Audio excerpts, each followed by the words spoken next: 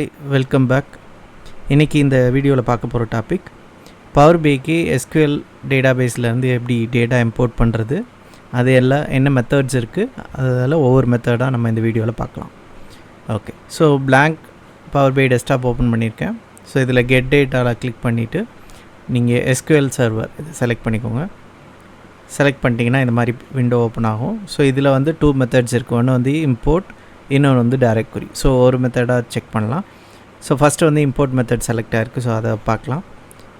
இதுக்கு 2 டீட்டெயில்ஸ் நம்ம என்ட்ரு பண்ணணும். ஒன்று சர்வர் நேம், இன்னொன்று டேட்டாபேஸ். ஸோ டேட்டாபேஸ் நேம்ன்றது கம்பல்சரி கிடையாது, ஆப்ஷனல் தான். ஸோ நீங்கள் சர்வர் நேம் செலக்ட் பண்ணிட்டீங்க அப்படி ஆட்டோமேட்டிக்காக ஷோ ஆகும். ஸோ நீங்கள் மேனுவலாக செலக்ட் பண்ணிக்கலாம். ஸோ இங்கே நான் சர்வர் நேம் என்னோடய லோக்கல் சர்வர் நேமை காப்பி பண்ணி அங்கே பேஸ்ட் பண்ணுறேன். இம்போர்ட் அதே அப்படி வச்சுருக்கேன். ஸோ அட்வான்ஸ் செட்டிங்ஸ் பார்த்தீங்கன்னா டைரக்ட் query யூஸ் பண்ணும்போது நம்மளோட queryயை நம்ம இங்கே என்ட்ரு பண்ணிக்கலாம். ஸோ ஃபார் நவ் நான் வந்து இம்போர்ட் மெத்தட் யூஸ் பண்ணுறதுனால அதில் பிளாங்காக எடுத்து ஓகே கொடுக்குறேன். ஸோ ஓகே கொடுத்ததுக்கப்புறம் உங்களுக்கு டிஃபால்ட்டாக க்ரெடென்ஷியல்ஸ் ஆப்ஷன் வரும்.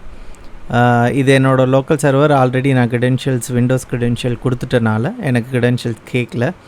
இன்கேஸ் நீங்கள் வந்து இப்போ க்ளவுட் SQL கனெக்ட் பண்ணுறீங்க அப்படின்னா அதுக்கான க்ரெடென்ஷியல் ப்ரொவைட் பண்ணும். இல்லை உங்களுக்கு SQL சர்வருக்குன்னு தனி க்ரெடென்ஷியல்ஸ் இருந்ததுன்னா அதை நீங்கள் என்ட்ரு பண்ணுற மாதிரி இருக்கும். இல்லை விண்டோஸ் க்ரெடென்ஷியலே டிஃபால்ட்டாக எடுத்துக்கணும் அப்படின்னா டிஃபால்ட்டாக விண்டோஸ் க்ரெடென்ஷியல்ஸ் எடுத்துக்கும். ஸோ சர்வர் கனெக்ட் ஆகிடுச்சு. ஸோ இதுதான் நம்மளோட சர்வர் டேட்டாபேஸ். ஸோ இதை எக்ஸ்பேண்ட் பண்ணால் என்னென்ன டேபிள்ஸ் இருக்குன்றது நம்மளுக்கு இங்கே ஷோ ஆகும். ஸோ நம்ம என்னென்ன டேபிளில் வேணுமோ அதை எல்லாத்தையும் ஒன்ஸை செலக்ட் பண்ணிவிட்டு இம்போர்ட் பண்ணிடலாம். அப்படி இல்லை அப்படின்னா ஏதாவது ஒரு டேபிள் தான் தேவைப்படுதுன்னா அந்த ஒரு டேபிளை மட்டும் செலக்ட் பண்ணிட்டு இம்போர்ட் பண்ணலாம். ஸோ ஃபார் நவ் நான் வந்து ஒரு டிம் ப்ராடக்ட்ன்ற இந்த ப்ராடக்ட் டேபிளை மட்டும் செலக்ட் பண்ணுறேன். ஸோ அதோட ப்ரிவ்யூ டேட்டா எனக்கு இங்கே ரிஃப்ளெக்ட் ஆகுது. இதுக்கப்புறம் இங்கே லோட் கிளிக் பண்ணால் ஆட்டோமேட்டிக்காக ஃபுல் டேட்டாவும் லோட் ஆகிடும். ட்ரான்ஸ்ஃபார்ம் கொடுத்தீங்கன்னா நீங்கள் க்ளீனப்புக்கான ஆப்ஷன்ஸை பார்க்கலாம். ஸோ இங்கே வந்து ட்ரான்ஸ்ஃபார்மை கிளிக் பண்ணுறேன். ஸோ நான் பவர் query விண்டோவில் நம்மளோட டேட்டா ப்ரிவ்யூ டேட்டா ரிஃப்ளெக்ட் ஆகும். ஸோ நம்ம ஏதாவது ட்ரான்ஸ்ஃபர்மேஷன்ஸ் பண்ணணும் அப்படின்னா நம்ம இங்கே செக் பண்ணிக்கலாம்.